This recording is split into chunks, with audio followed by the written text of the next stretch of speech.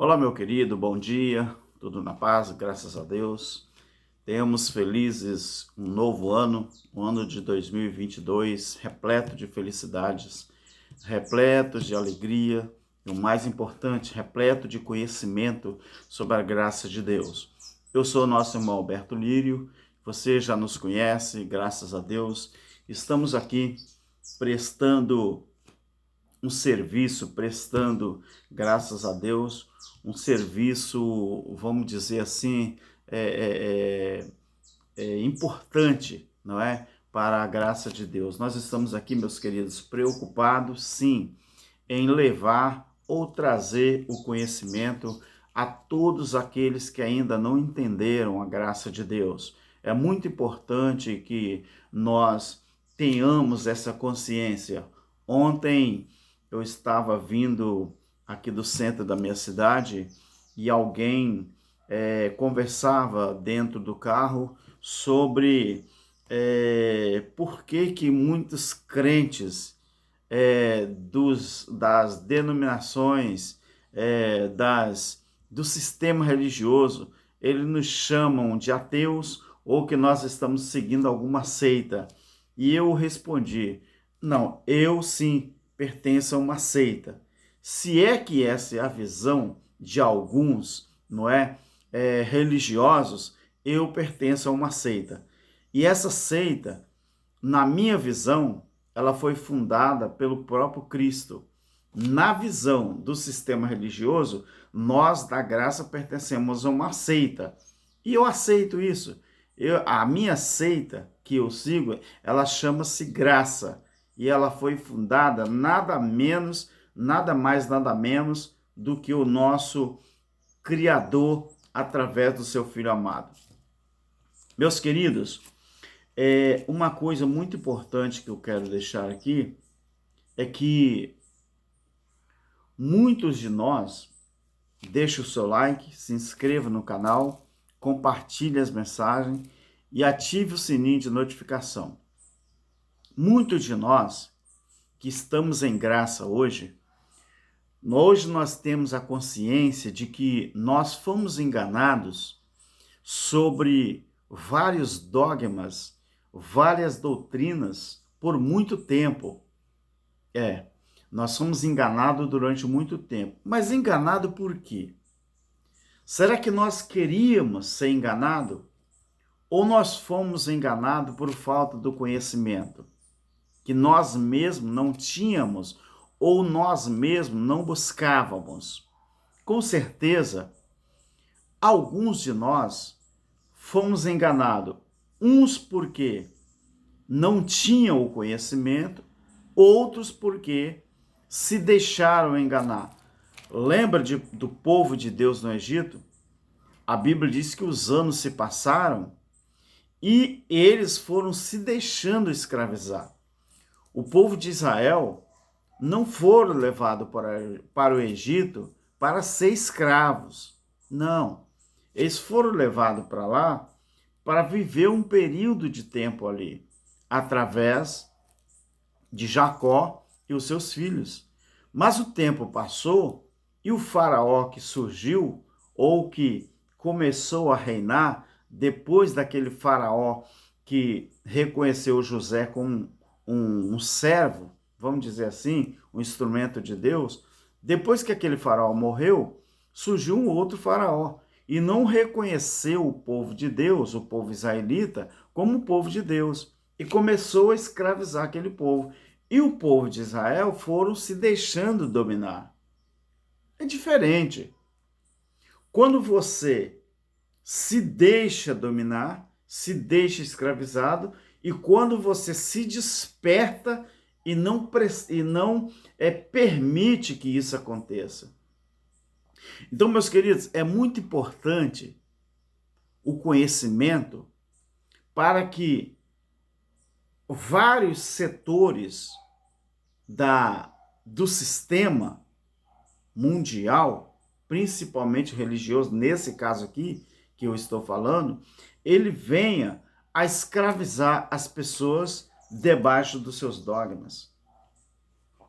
Você sabia, é disso que eu quero falar, Você sabia que ao longo dos anos, todas as regras, todos os dogmas, todas as doutrinas, todos os preceitos que existe hoje dentro do sistema religioso, ele foi herdado justamente da Igreja Católica Apostólica Romana? Você sabia disso? Você já ouviu falar na Idade Média? A Idade Média, meu querido, ela começou com a queda do Império Romano do Ocidente, em 476 depois de Cristo. E o período dessa data, desse império, não é? Ou dessa Idade Média, o período da Idade Média, ela começou com a queda do Império Romano do Ocidente em 476 depois de Cristo, e este período se encerrou com a tomada da capital do Império Bizantino, Constantinopla. Então, conseguiram isso foi pelos turcos otomanos em 1453. Você sabia que na Idade Média, a Igreja Católica Apostólica Romana, ela criou vários dogmas para escravizar as pessoas dentro do seu sistema? Você sabia que na Idade Média, a Igreja Católica Apostólica Romana, ela mentia para o povo, dizendo que o povo tinha que levar o seu dinheiro? A Igreja Católica, ela mentiu para o povo que se o povo não colaborasse, não desse dinheiro para a instituição, o povo iria para o inferno. E aí, quanto mais medo eles metiam nas pessoas, mais o povo injetava dinheiro na instituição. A Igreja Católica Romana, ela criou a doutrina do inferno existencial, literal, para que as pessoas começassem, então, a ficar com medo de ir para o inferno e começassem a colaborar, a injetar dinheiro no sistema católico apostólico romano, para que esse sistema, então, quanto mais o tempo passasse, mais forte fosse ficando. Você sabia que na Igreja Católica Romana eles vendiam pedaço do céu quando as pessoas, foi criada a doutrina da indulgência? Eles praticamente ensinavam as pessoas que eles estavam vendendo um pedacinho do céu devido à situação que as pessoas, de acordo com a quantidade de dinheiro que as pessoas depositavam ali, para eles, o pecado das pessoas eram perdoados, dependendo da quantidade de dinheiro, e as pessoas alcançariam o céu. Na Idade Média, meu querido, na Idade Média, quanto foram as pessoas que morreram? Quanto foram as pessoas que morreram enganadas, acreditando que existia realmente um inferno literal, um inferno onde as pessoas ruins, as pessoas que não injetavam dinheiro na Igreja Católica, as pessoas iam levado à morte por causa dessas coisas. Então, o que eu quero dizer para você? A Igreja Evangélica, todos os dogmas, os costumes sobre dízimos, ofertas, indulgência disfarçada de dízimo, é o que está dentro da Igreja Evangélica. Essas indulgências disfarçadas de dízimos, ofertas, sacrifícios, foram copiados tudo dentro da Igreja Católica Apostólica Romana. Quando a Igreja Evangélica ela surgiu, ela não tinha esses dogmas. A igreja primitiva não existia templo, meus queridos.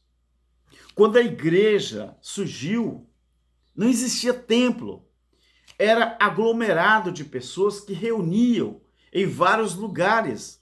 Podia ser na casa de alguém, podia ser num campo, podia ser numa fazenda, numa roça, podia ser numa caverna, podia ser embaixo de uma árvore. Então, essa questão de templos religiosos, do jeito que está aí hoje, foram copiados tudo de dentro da Igreja Católica Apostólica Romana. Você não precisa acreditar no que eu estou falando, não. Mas eu gostaria que você pesquisasse sobre o assunto. Pesquise sobre os costumes da Igreja Católica na Idade Média e faça uma comparação com os costumes que hoje existem na Igreja Evangélica. Todos os dogmas da Igreja Católica Apostólica Romana que existe lá dentro, existe aqui dentro da Igreja Evangélica, só que com nomes diferentes, mas é tudo a mesma coisa. Então, meu querido, se você observar, deixa eu dar uma acertadinha aqui. Se você observar direitinho, os líderes religiosos evangélicos que estão aí faturando milhões, e isso está acontecendo no Brasil todo e no mundo, pastores ficando e bilionários com dinheiros arrecadados dentro da instituição evangélica, e pior ainda, eles usam o nome de Deus para meter medo em você. Eles usam o nome de Deus para amedrontar você. Então, o que tem segurado muitos crentes dentro da igreja evangélica não é a graça de Deus, é o medo que os pastores metem nas pessoas, induzindo as pessoas a acreditar que se eles não pagar dízimo em dinheiro, eles vão para o inferno. Se eles não pertencer a uma instituição evangélica chamada de igreja, eles vão para o inferno. Mas de onde veio isso? Tudo herdado do catolicismo romano.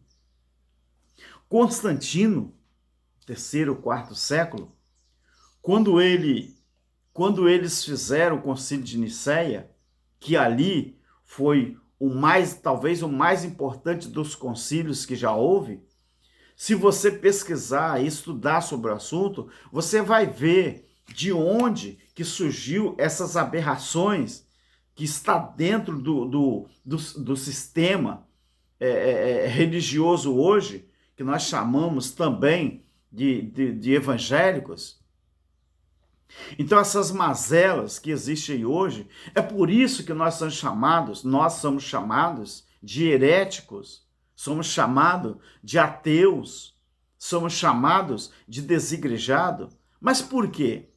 Foi diferente com Jesus? Quando Jesus veio, lá no primeiro século, quando ele veio para mudar o sistema religioso que havia na época, esse sistema que havia na época, quando Jesus veio para mudar aquele sistema, o que levou aqueles sacerdotes e sumos sacerdotes a entregar Jesus a Herodes, a Pilatos, para ser crucificado na cruz? Eu vou lembrar para você.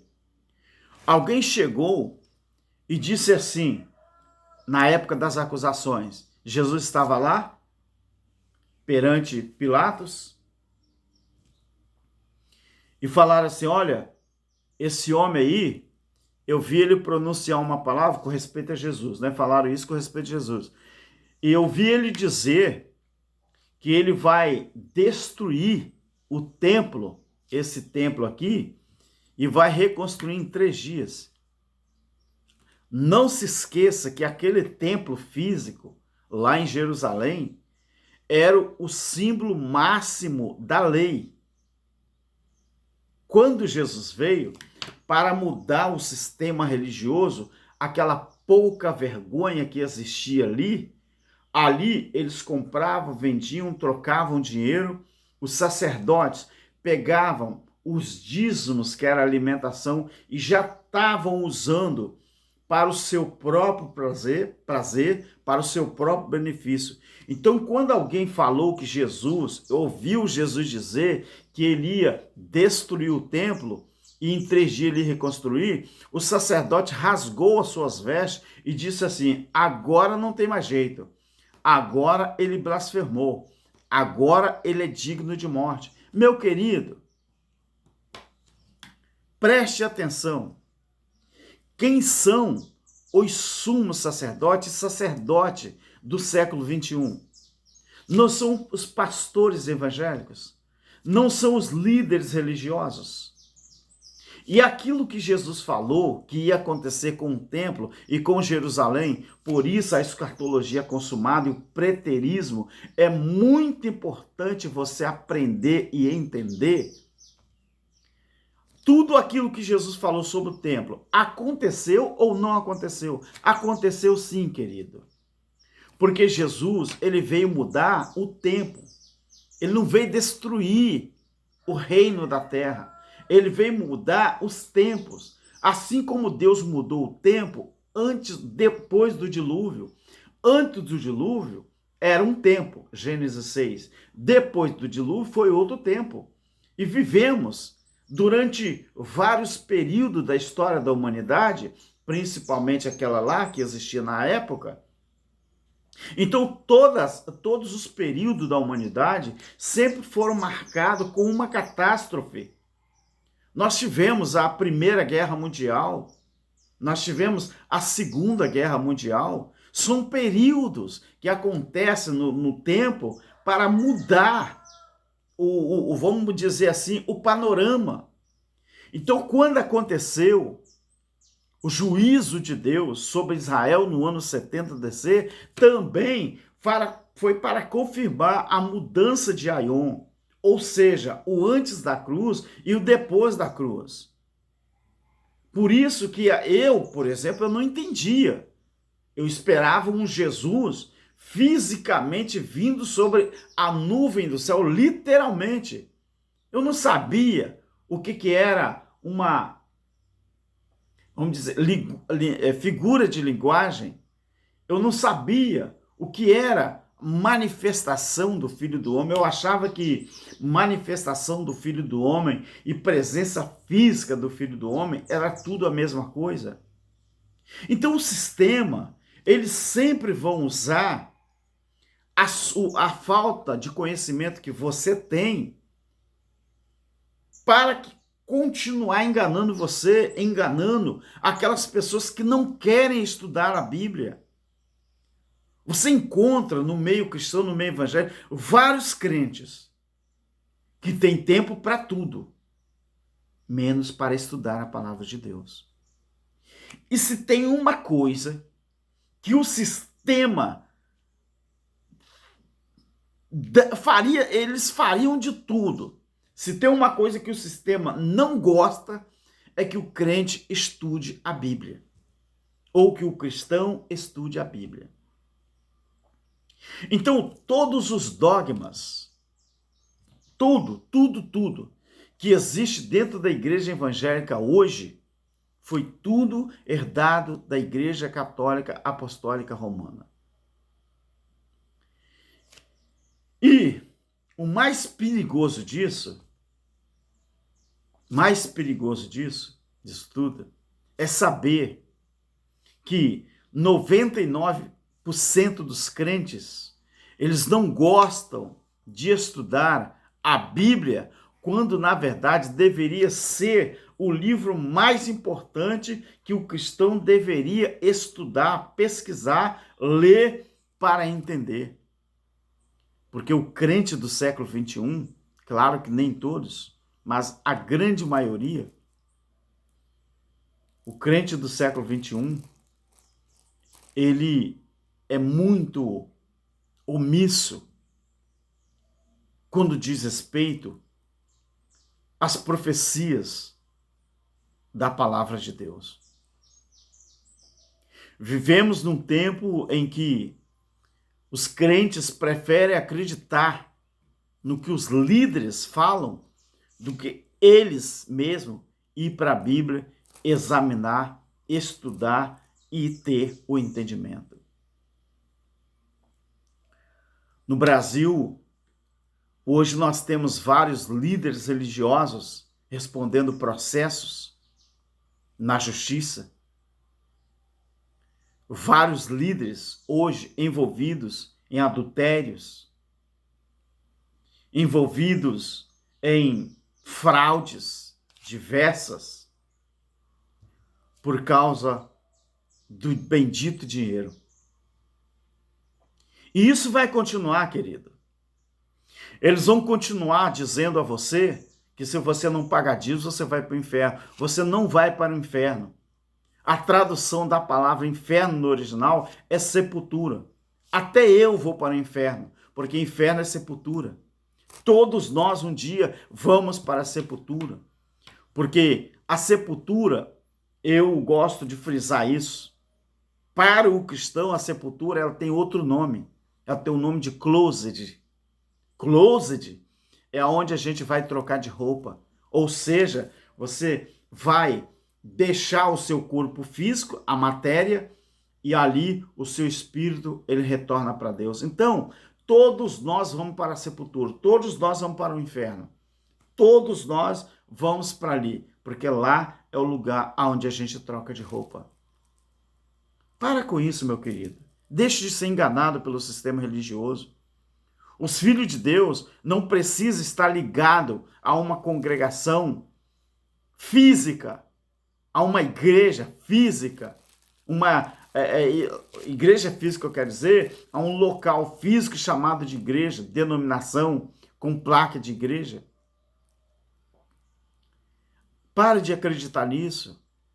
Nós somos livres, não para errar, não para errar o alvo. Somos livres para adorar a Deus na beleza da sua santidade.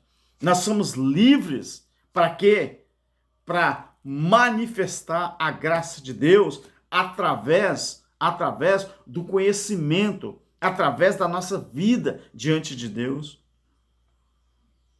Não é frequentando uma denominação que eu me considero filho de Deus. Não é entregando dízimo, que era coisa da lei, que eu me considero como filho de Deus. Não. Você sabe o que me faz ser filho de Deus? Sabe o que é? É aquilo que está em Efésios capítulo 1. Que Deus nos escolheu antes mesmo da fundação. Eu afirmo isso. Tem gente que mesmo em graça é contra, não acredita nisso. Mas vamos dizer, você não precisa concordar comigo, mas eu acredito assim. Eu acredito assim. Antes de eu ser formado aqui no ventre da minha mãe, eu já existia como espírito. Então eu sou pré-eleito de Deus. Eu acredito assim. Para mudar o meu raciocínio, as pessoas têm que usar muito argumento para mudar o meu raciocínio. Mas se é o que está na Bíblia, eu acredito assim. Eu não sou contra nem a favor de quem acredita contrário. Não. Ninguém é obrigado a acreditar em ninguém. Assim como você não é obrigado a acreditar no que eu estou falando. Mas devemos sempre analisar e buscar entendimento. Então, meu querido, aprenda uma coisa. Aprenda uma coisa. Quando nós, cristãos, em graça, decidirmos a realmente levar o conhecimento a outras pessoas que realmente precisam desse conhecimento, nós vamos estar agradecidos a Deus sempre, porque nós vamos estar, então, descobrindo quem nós somos em Deus. A partir do momento que a gente descobre quem nós somos em Deus, é aí que começa a nossa nova vida diante de Deus. Eu tenho problema na minha família, dentro de casa? Claro que tem. Você tem? É claro que tem. Você tem problema no seu trabalho, no seu dia a dia? É claro que tem. Você vive feliz fisicamente a vida inteira? Claro que não. Eu tenho os meus altos e baixos. Tem dia que eu estou feliz dentro de casa. Tem dia que eu estou triste. Tem dia que eu estou alegre. Tem dia que eu não estou alegre. Não é? Mas isso faz parte. Eu sou um ser humano. Aqui, isso aqui, ó. Se eu der um belisco, meter a caneta, eu sinto dor. Se eu der um corte, o sangue vai correr. Essa carne, querida, ela vai perecer. Todos nós temos problemas.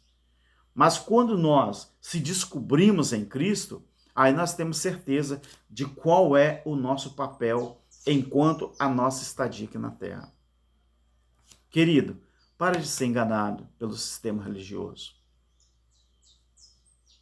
Busque sempre a sua liberdade em Cristo.